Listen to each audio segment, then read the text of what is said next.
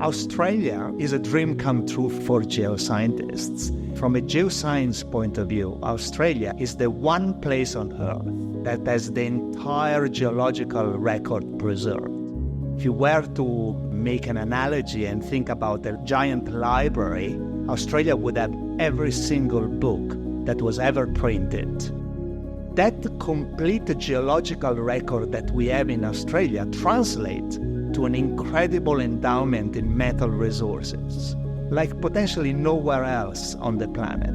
Critical minerals or critical metals is a hot topic these days, and for a good reason, because it's what we're going to need for the technologies tomorrow. And the thing about critical minerals, critical metals, is that all critical metals don't have a mineral. Many of them just are trace in some other mineral, so they don't even get a deposit type. It's a difficult area to go into because if we don't consider all the elements in a given mine and think about how we might extract them, then we're going to do what we've always done and throw many of them away, and then find in the future that maybe we should have mined them. We have so many critical metals. We're starting to get a really good understanding of that, but now we need to work on how we're actually going to recover those. What we're really looking at is metals that we need for the energy transition. So things like cobalt, indium, rare earth elements, tungsten, gallium, germanium, all those sorts of things, we need those for the new technologies.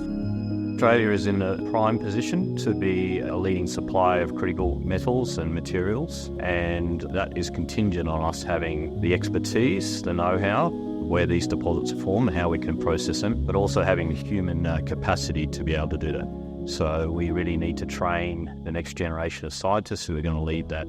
The center is going to develop the science that is needed to find the ore deposits of the future that are key to the energy transition. But most importantly, our center is going to train the future geoscientists who are going to be looking for these resources, for these metals.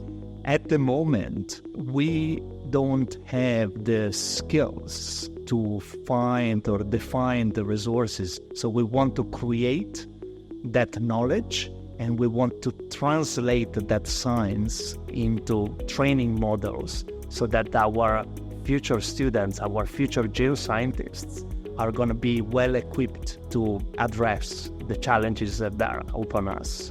We have excellent places where geoscience is taught, we have excellent places where mineral processing is taught and mining engineering, but what we need is a mechanism to bring all of that together, to create kind of researchers for the future, who actually have an understanding of the whole picture. The center is going to operate as a boundary spanner between different disciplines, so that by having geoscientists working with metallurgists, working with engineers, working with environmentalists, we are going to create that new science, but we are going to also create those synapses. Through science, we can really become surgical in finding the deposit and becoming very predictive. It's not only about finding more ore, it's about finding diverse sources of ore. So that's why we're thinking about waste repurposing, or we are looking at ways to explore for new types of ore deposits while minimizing our footprint. Can we use bioleaching technologies? Can we use new flotation processes? Can we use new roasting processes? And can we actually avoid using some chemicals altogether? Can we actually avoid even digging up these sites again? Can we do it in situ? And these are some of the big challenges and the big questions that we're going to be focusing on in the ITTC. So the link between industry, government and academia is already very good in Australia, and we can make it better. Industry is going to play a key role, provides mentorships, provide internships, defines the problems that have to be addressed, provides resources, opportunities to be trained at these different nodes, the different universities.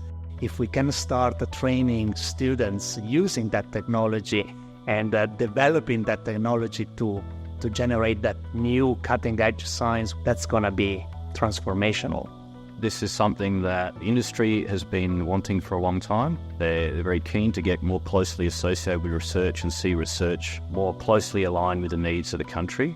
And I think we're taking that a step further through this centre. It's really important to have our graduates job ready. students graduate from a PhD obtained through the ITTC, they are going to have such an attractive CV. They're going to have had exposure to all of the different industry partners that we have, all of the government collaborators across the 4 universities as well. So they're going to come out very skilled, but they're also going to have that maturity and that understanding of how the industry works.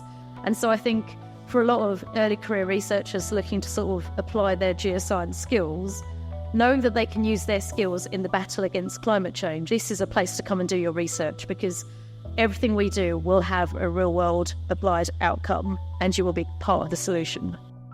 I really would like the center to enthuse the young geoscientists to understand that geosciences can play an important role in the energy transition. This is a fantastic field to get into because it's exciting science, it's really frontier science, and you can actually work on issues that are going to help solve some of the biggest problems facing humanity.